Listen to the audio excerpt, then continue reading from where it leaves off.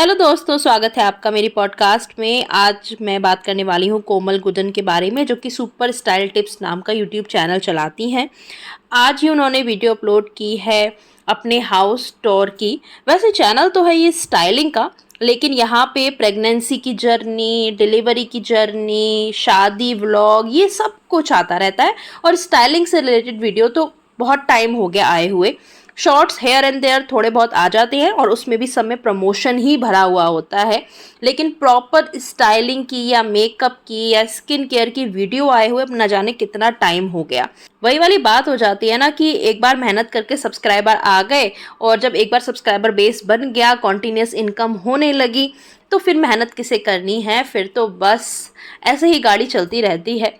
अब बात करते हैं, आइए इनके हाउस टूर के बारे में। देखिए, हाउस के ऊपर तो मैं कोई इतना ज़्यादा नहीं बोलना चाहूँगी, क्योंकि हर किसी की अपनी पसंद होती है और अपनी पसंद के हिसाब से इंसान अपना घर बनाता है, तो इस पे हमारा कोई हक नहीं बनता बोलने का।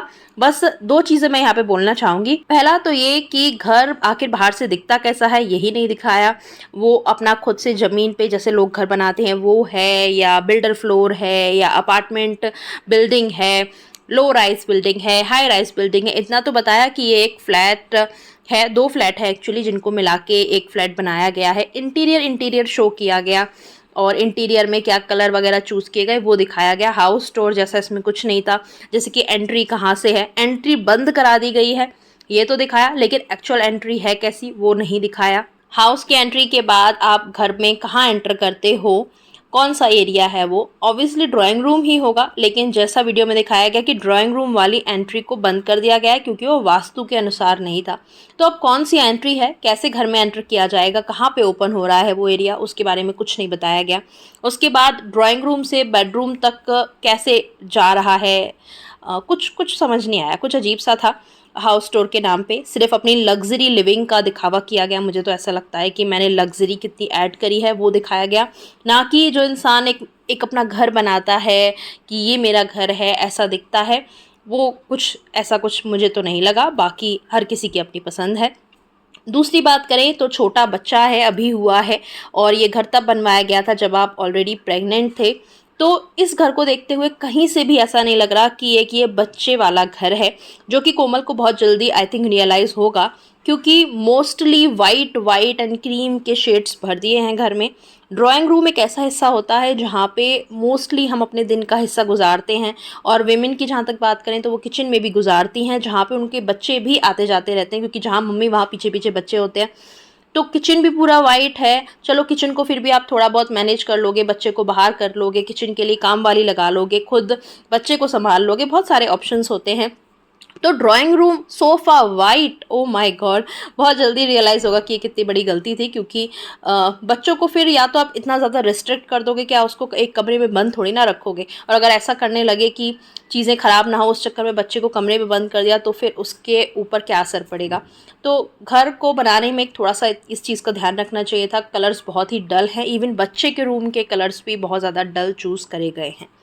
चलो, ये तो थे मेरे 2 पॉइंट्स, बाकी तो सबकी अपनी सोच है। नेक्स्ट अब बात करते हैं जिसके बारे में मैं ये वीडियो बनाने बैठी हूँ, वो है स्टाइलिंग।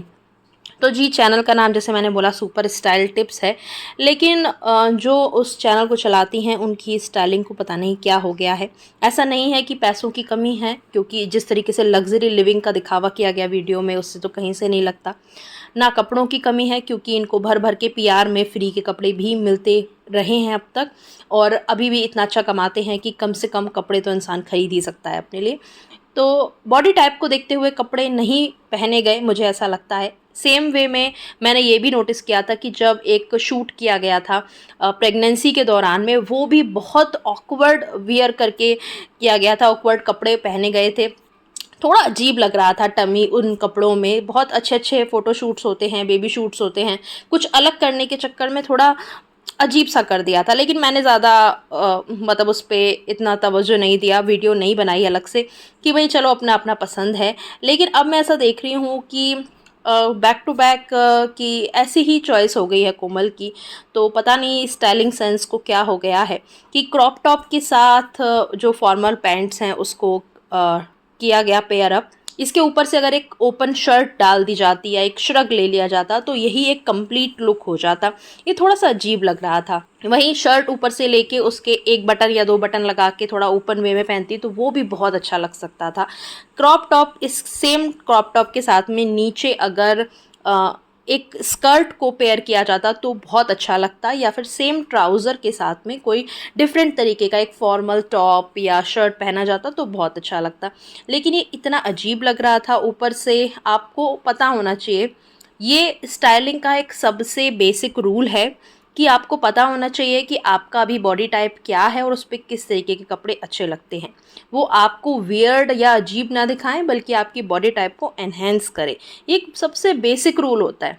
तो वही नहीं कोमल को ध्यान में आ रहा है। मुझे ऐसा लगता है कि वो शायद एक्सेप्ट ही नहीं कर पा रही हैं कि उनका थोड़ा वेट बढ़ गया है और उसके साथ कॉप अप नहीं कर पा रही हैं, और उनको वही क्रॉप टॉप्स और ये सब पहनने हैं।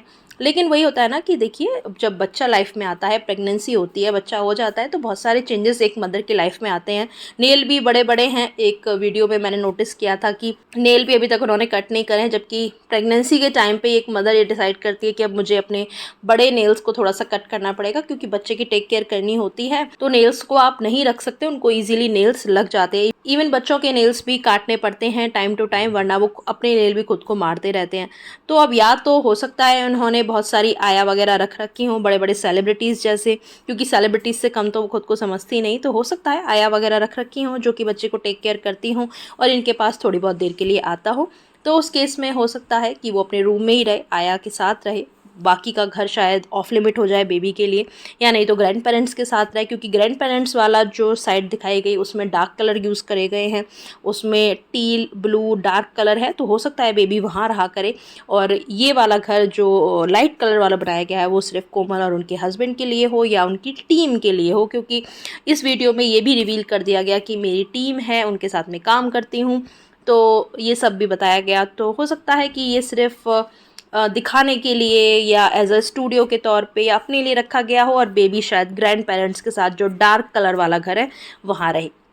खैर जो भी हो, मैं तो बस यही बोलना चाहूँगी कि कोमल को थोड़ा सा सेंस लगाना चाहिए।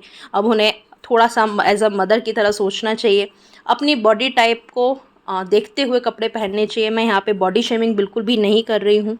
बॉडी शेमिंग ये होता है कि आप किसी की बॉडी पे कुछ कमेंट कर रहे हो, उसको बुरा भला बोल रहे हो। मैं बिल्कुल भी ये नहीं कह रही कि कोमल की बॉडी बेकार हो गई है या अच्छी नहीं लग रही है। देखिए, प्रेगनेंसी के बाद बॉडी में चेंजेस होते हैं और अभी भी धीरे धीरे करके हो सकता है वो अपनी पहले वाली शेप में आ जाए, लेकिन अभी आपका जो साइज़ है, जो शेप है, उसके अकॉर्डिंग एटलीस्ट आपको ड्रेसअप करना चाहिए। और वो भी तब जब आप घर से बाहर जा रहे हो या आप कैमरे पे लाइव जा रहे हो, इतने सारे लोग आपको देखने वाले हैं। और इससे अच्छा एग्जाम्पल क्या हो सकता है कि कोमल एक एग्जाम्पल सेट करें, अच्छे अच्छे स्टाइलिंग्स वगैरह दिखाएं कि कैसे आप अपने टमी के फैट को हाइड कर सकते हैं, छुपा सकते हैं, टमी फैट होते हुए भी आप किस तरीके की स्टाइलिंग कर सकते हैं। तो एक ये बहुत अच्छा एग्जाम्पल बन सकती हैं कोमल, और वो इस तरीके की ड्रेसिंग करके कहीं ना कहीं डिसअपॉइंट कर रही हैं अपने व्यूअर्स को। और मैं भी उनकी एक व्यूअर ही हूँ और यहाँ पे अपना पॉइंट ऑफ व्यू शेयर कर रही हूँ बस। तो आप बताना आप कितना अग्री करते हो मेरी बातों से, और मुझे सपोर्ट करने के लिए सब्सक्राइब कर लीजिए मेरे चैनल को, ताकि मैं ऐसे ही और पॉडकास्ट भी लाती रहूं। शुरू में मैंने कोशिश करी थी मैं ऐसे ही पॉडकास्ट बनाऊं, पर ज़्यादा व्यू वगैरह नहीं आते थे तो थोड़ा सा मेरा मोराल जो है वो डाउन हो गया। लेकिन मैं कोशिश करूँगी कि अगर मुझे अच्छा रिस्पॉन्स मिलता है तो मैं जल्दी रेगुलर पॉडकास्ट लाया करूँ। तो आज के लिए इतना ही, अभी चलती हूँ, बाय।